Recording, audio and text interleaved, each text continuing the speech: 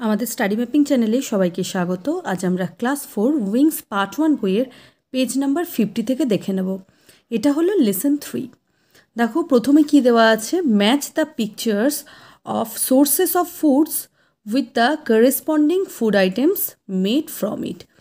এখানে দেখো একদিকে দেওয়া আছে সোর্সেস অফ ফুডস মানে খাবারের উৎস, মানে খাবারগুলো কোথা থেকে পাচ্ছি, তাই তো। যেমন দেখুন মিষ্টি, মিষ্টি আমরা কোথা থেকে পাই, গরুর দুধ থেকে ছানা তৈরি করা হয়, সেখান থেকে মিষ্টি পাই। আবার দেখো মধু, হানি মানে হচ্ছে মধু, কোথা থেকে পাই, সেটা হচ্ছে মৌচাক থেকে পাই। চা, চা তৈরি করার জন্য চা পাতা, সেই উপকরণটা কোথা থেকে পাই, চা বাগান থেকে চা পাতা তোলা হয় সেখান থেকে। মানে এই দিকে দিয়েছে তোমাদের সোর্সেস অফ ফুড, খাবারের উৎস, আর এই দিকে দিয়েছে ফুড আইটেমস মানে কি কি খাবারের নাম সেগুলো দিয়েছে। মেলাতে হবে দুটোর সাথে। এখানে দেখো একটা বিহাইভ অর্থাৎ মৌচাকের ছবি দেওয়া আছে। এখানে দেখো হানি মানে হচ্ছে মধু, মধু কোথা থেকে পাই, মৌচাক থেকে, আমরা মিলিয়ে দিলাম। এখানে দেখো একটা তোমার কাউশেড অর্থাৎ গোয়ালের ছবি আছে, সেখানে একজন লোক গরুর দুধ দোয়াচ্ছে। এখানে দেখো একটা মিষ্টির দোকানের ছবি, যেখানে মিষ্টি বিক্রি হচ্ছে। মিষ্টি কী থেকে তৈরি হয়, ছানা থেকে, আর ছানা কোথা থেকে পাই, গরুর দুধ থেকে। দেখো এটার সাথে এটা রিলেটেড, তাই আমরা মিলিয়ে দিলাম। আবার দেখো এখানে একটা গরম চায়ের ছবি দিয়েছে। চা কী থেকে তৈরি করা হয়, চা পাতা থেকে। এখানে দেখো কয়েকজন মহিলা চা বাগানে তারা চা তুলছে, চা পাতা আমরা চা বাগান থেকে পাচ্ছি, তাই এটার সাথে এটা মিলিয়ে দেব। এরপরে আছে feel in the blanks with correct words.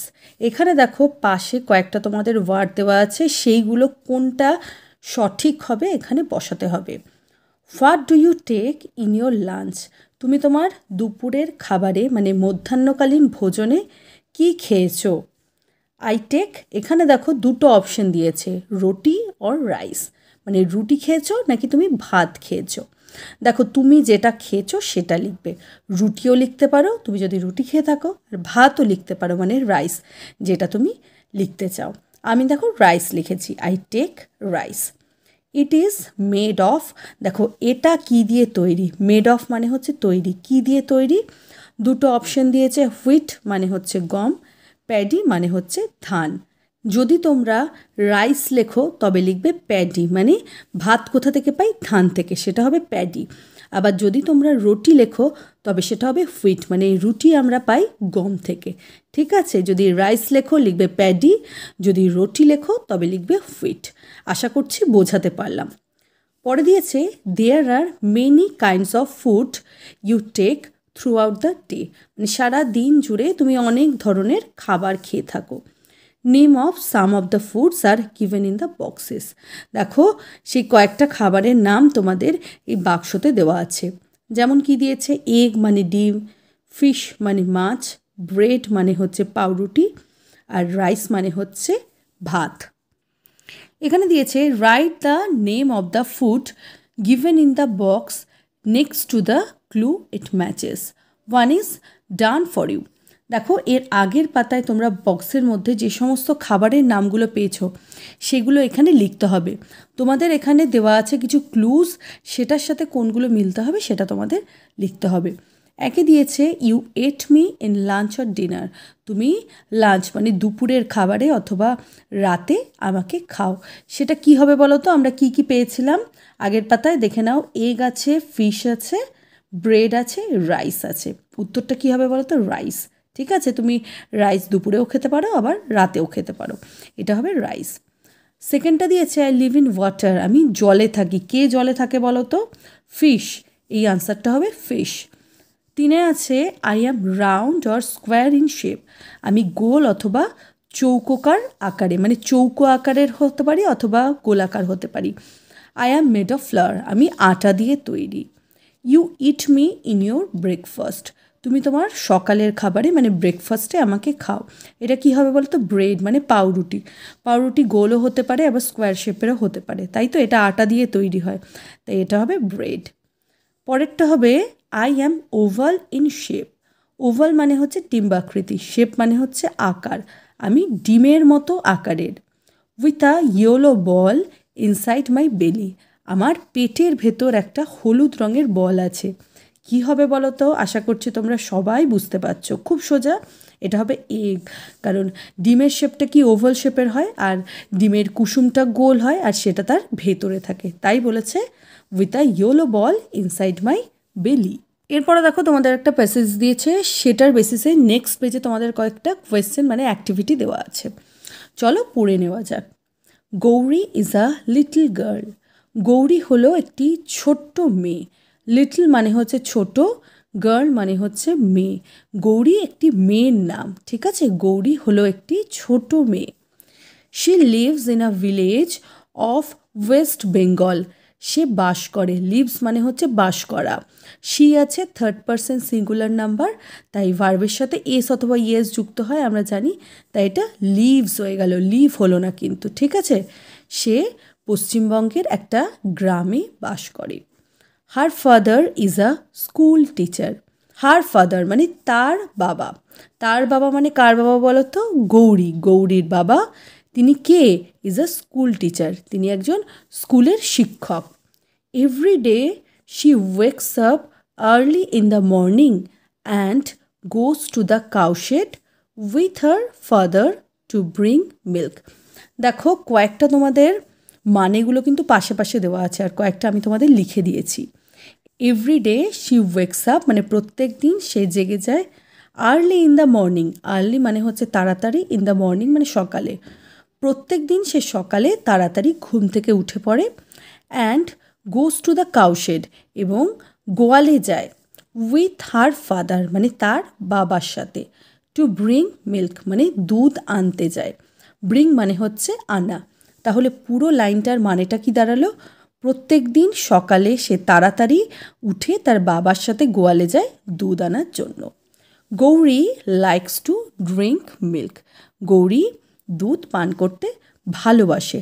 Likes মানে ভালোবাসা অথবা পছন্দ করাও বলতে পারো। দেখো ড্রিঙ্ক মানে হচ্ছে পান করা, মানে যেই সমস্ত জিনিস তরল পদার্থ লিকুইড হয় তাদের ক্ষেত্রে আমরা ড্রিঙ্কটা ইউজ করে থাকি, কিন্তু সলিড যদি কোনো কিছু হয় সেটার ক্ষেত্রে আমরা ইটটা ব্যবহার করে থাকি। কিন্তু সচরাচর বাংলায় কিন্তু আমরা অত ভালোভাবে বলি না আমি জল পান করব। আমরা লিখতে গেলে হয়তো লিখি, কিন্তু আমরা চলতি কথায় বলে থাকি আমরা জল খাবো, ঠিক আছে? কিন্তু ড্রিঙ্ক মানে আসল কথা হচ্ছে পান করা, কোনো তরল জাতীয় জিনিস পান করাকে ড্রিঙ্ক বলে। গৌরী দুধ খেতে ভালোবাসে বা দুধ পছন্দ করে। She always pleads her mother to prepare some milk products. She always, always মানে হচ্ছে সবসময়, প্লিডস মানে হচ্ছে অনুরোধ করা বা মিনতি করা। সে সবসময় তার মাকে অনুরোধ করে। প্লিডস হার মাদার, সে সবসময় তার মাকে অনুরোধ করে। টু প্রিপেয়ার মানে তৈরি করা। সাম মিল্ক প্রোডাক্টস মানে কিছু দুধের মানে জিনিসপত্র, মানে দুধ থেকে তৈরি খাবার সে সবসময় মাকে অনুরোধ করে তৈরি করার জন্য। She likes rasgulla very much. সে রসগোল্লা খুব পছন্দ করে। ভেরি মাচ মানে হচ্ছে খুবই, সে খুবই পছন্দ করে। কি পছন্দ করে? রসগোল্লা। সে রসগোল্লা খুবই পছন্দ করে। In the last Puja vacation, in the last Puja vacation মানে হচ্ছে শেষ পুজোর ছুটিতে। ভ্যাকেশন মানে হচ্ছে লম্বা ছুটিকে ভ্যাকেশন বলে। ছোট্টখাট্ট একদিনের ছুটিকে হলিডে বলে, কিন্তু যখন লম্বা ছুটি থাকে তখন সেটাকে ভ্যাকেশন বলে। তোমরা যেমন পূজা ভ্যাকেশনে লম্বা ছুটি পাও বা সামার ভ্যাকেশনে লম্বা ছুটি পাও, তাই সেক্ষেত্রে কিন্তু হলিডে বলা হয় না, কিন্তু সেটাকে ভ্যাকেশন বলে। In the last Puja vacation মানে গত পুজোর ছুটিতে she went to a food festival at a nearby town. সে কোথায় গেছিল গত পুজোর ছুটিতে? Went to a food festival. Food মানে খাবার, ফেস্টিভ্যাল মানে হচ্ছে উৎসব। সে খাবারের উৎসবে গেছিল। At a nearby town মানে কাছের একটা শহরে একটি খাবারের উৎসবে সে গত পুজোর ছুটিতে গেছিল। প্রত্যেকটা দেখো শব্দের মানে কিন্তু লেখা আছে, মানে যেইগুলো তোমরা জানো না সেইগুলো কিন্তু লিখে দিয়েছি। এর পরেও যদি কারোর অসুবিধা থাকে তবে তোমরা কমেন্ট করতে পারো, আমি কমেন্টে তোমাদের রিপ্লাই দিয়ে দেবো।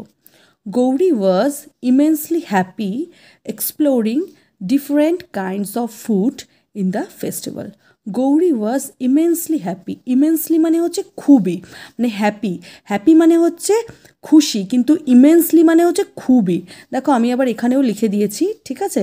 ইমেন্সলি মানে হচ্ছে খুবই, আর হ্যাপি মানে হচ্ছে খুশি মানে খুবই খুশি হয়েছিল, মানে আমরা খুশি, কিন্তু যদি আমরা বোঝাই যে আমরা খুবই খুশি ছিলাম, অত্যন্ত খুশি ছিলাম, তখন সেটা বোঝাতে আমরা ব্যবহার করব ইমেন্সলি হ্যাপি। গৌরী খুবই খুশি ছিল কিসের জন্য? Exploring different kinds of food in the festival, মানে ওই উৎসবে বিভিন্ন ধরনের খাবার সে আবিষ্কার করে, মানে সে অনেক নতুন নতুন ধরনের খাবার সে দেখেছিল, সেটা দেখে সে খুবই খুশি হয়েছিল। She came to know that a variety of food items can be made from milk. She came to know.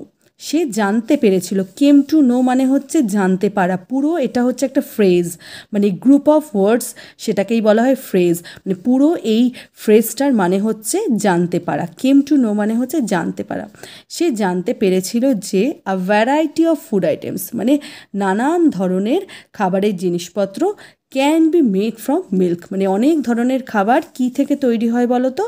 দুধ থেকে তৈরি হয়। মানে তার জানা ছিল না যে দুধ থেকে অত ধরনেরও খাবার তৈরি হতে পারে, কিন্তু সে যখন জানতে পেরেছিল যে দুধ থেকে নানান ধরনের, মানে অনেক ধরনের খাবার তৈরি হয়, সে এই ধরনের খাবারগুলোকে এক্সপ্লোর করতে পেরে খুবই খুশি হয়েছিল। Let's do. দেখো পরের পেজে তোমাদের কিন্তু এই প্যাসেজটার ওপর নির্ভর করে কয়েকটা অ্যাক্টিভিটি দেওয়া আছে। Answer the following questions. Where does Gouri go early in the morning? Gouri সকালবেলায় কোথায় যায়? দেখো তোমাদের কোয়েশ্চেনগুলো কিন্তু দেখতে হবে কোন টেন্সে দেওয়া আছে, তোমাদের উত্তরটাও কিন্তু সেই টেন্সে দিতে হবে। এখানে ডাজ আছে মানে প্রেজেন্ট টেন্সে দিয়েছে। Gouri goes to the cowshed early in the morning. Gouri সকালবেলায় গোয়ালে যায়। কাউশেড মানে হচ্ছে গোয়াল। Where did Gouri go in the last Puja vacation? Gouri গত পুজোর ছুটিতে কোথায় গেছিল? Where did, দেখো এখানে পাস্ট টেন্সে কিন্তু তোমাদের প্রশ্নটা দিয়েছে, তাই তোমাদের উত্তরটাও কিন্তু পাস্ট টেন্সে দিতে হবে। In the last Puja vacation Gouri went to a food festival at a nearby town. গত পুজোর ছুটিতে গৌরী কাছের একটি শহরে খাবারের উৎসবে গেছিল। Why was Gauri happy in the food festival? Gauri সেই ফুড ফেস্টিভ্যালে গিয়ে কেন এত খুশি হয়েছিল? Gauri was immensely happy in the food festival to explore different kinds of food, মানে গৌরী ওই ফুড ফেস্টিভ্যালে গিয়ে খুবই খুশি হয়েছিল কারণ সে বিভিন্ন ধরনের খাবার সে আবিষ্কার করতে পেরেছিল, বা বিভিন্ন ধরনের খাবার সম্পর্কে যা জানতে পেরেছিল, এটাও বলতে পারো। অ্যাক্টিভিটি 2তে দিয়েছে fill in the blanks with the correct words from the passage you have read, মানে যে প্যাসেজটা পড়লে সেটা থেকে কিছু কারেক্ট ওয়ার্ড নিয়ে এই ফিল ইন দ্য ব্ল্যাঙ্কসটা করতে হবে। এই ব্ল্যাঙ্কসগুলো তোমাদের ফিল করতে হবে। গৌরীস ফাদার ইজ আ ড্যাশ। গৌরীর বাবা কী ছিলেন বলো তো? তোমরা কিন্তু পড়েছো, তাই তো? দেখো আগের পেজে চলে যাও, তোমরা এখানে পড়েছো her father is a school teacher. তাহলে কি লিখবে? Gauri's father is a school teacher. Gauri likes to eat. Gauri কী খেতে পছন্দ করে? দেখো এখানে তোমাদের কিন্তু দেওয়া আছে, তাই দেখো এখানে তোমাদের দেওয়া আছে গৌরী কি দুধের তৈরি বিভিন্ন জিনিস খেতে পছন্দ করে, কিন্তু এখানে পার্টিকুলার তোমাদের মেনশন করা আছে she likes rasgulla very much. দেখো ইট দিয়েছে কিন্তু ড্রিঙ্ক দেয়নি, যদি ড্রিঙ্ক দিত তবে তোমরা কিন্তু মিল্কটা লিখতে। এখানে তোমাদের প্রশ্নটা দিয়েছে গৌরী লাইকস টু ইট, কী খেতে পছন্দ করে? ইট মানে কোনো সলিড কোনো আইটেম হবে, তাই আমি লিখেছি rasgulla. Gouri likes to eat rasgulla. Gouri went to the food festival on the last Puja vacation, এটা তোমরা জানো।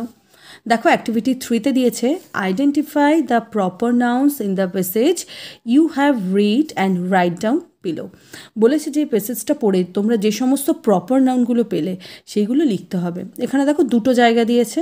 গৌরী একটা মেয়ের নাম বোঝাচ্ছে, ওয়েস্ট বেঙ্গল একটা স্টেট মানে রাজ্যের নাম বোঝাচ্ছে। এই দুটো তোমরা লিখে নেবে, এই দুটো হচ্ছে প্রপার নাউন। পার্টিকুলার যখন কোনো মানুষ, কোনো জায়গা বা কোনো কিছুর নাম বোঝায় তখন কিন্তু সেটা হয় প্রপার নাউন। এখানে গৌরী একটা নির্দিষ্ট একটা মেয়ের নাম বোঝাচ্ছে, স্টেট একটা নির্দিষ্ট একটা স্টেটের নাম বোঝাচ্ছে ওয়েস্ট বেঙ্গল, তাই এটা হয়ে গেল প্রপার নাউন। বিতে আছে identify the pronounce in the passage and write down below. দেখো আমরা প্যাসেজে যেই সমস্ত প্রোনাউনগুলো পেয়েছি তাদের মধ্যে দুটো হলো শি আর হার। ঠিক আছে, প্রোনাউন আমরা কি আগেই পড়েছি যে নাউনের পরিবর্তে যে শব্দটা ব্যবহার করি, মানে বারবার করে নাউনকে আমরা ব্যবহার না করে নাউনের পরিবর্তে যেটা ব্যবহার করি সেটাই হচ্ছে প্রোনাউন। এখানে শি আর হার হলো প্রোনাউন। ভিডিওটা যদি ভালো লেগে থাকে তবে অবশ্যই লাইক আর বন্ধুদের মধ্যে শেয়ার করে দিও। আর যদি তোমরা চ্যানেলে নতুন হয়ে থাকো তবে সাবস্ক্রাইব করতে ভুলো না কিন্তু। দেখা হচ্ছে পরের ভিডিওতে।